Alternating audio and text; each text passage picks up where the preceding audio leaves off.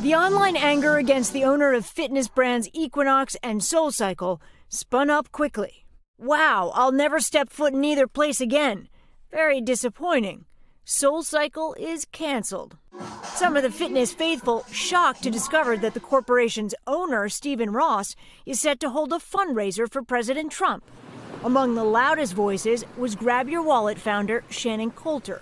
We are paying attention, we are organized, we are communicating, and we will flex our consumer power. She rejects the critics who say this goes too far, like the one who wrote, "My Lord, let people have their own opinions and support who they want." I see it as ordinary people like me looking desperately for ways to fight what we see coming out of the White House right now. But do these campaigns, which aren't limited to opposing Trump, actually do anything? Nike took a hit from the left for developing a Betsy Ross flag shoe, and then from the right when it decided to pull the line.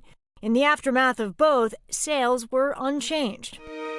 Gillette faced threats of boycotts after an ad campaign criticizing so-called toxic masculinity. The CEO acknowledged they lost some customers but said it was a price worth paying.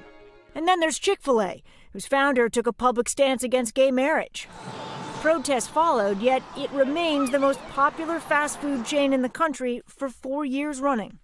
As for Equinox and SoulCycle, it's too early to know if all this bluster will have any bite. Hey, NBC News fans, thanks for checking out our YouTube channel. Subscribe by clicking on that button down here and click on any of the videos over here to watch the latest interviews, show highlights, and digital exclusives. Thanks for watching.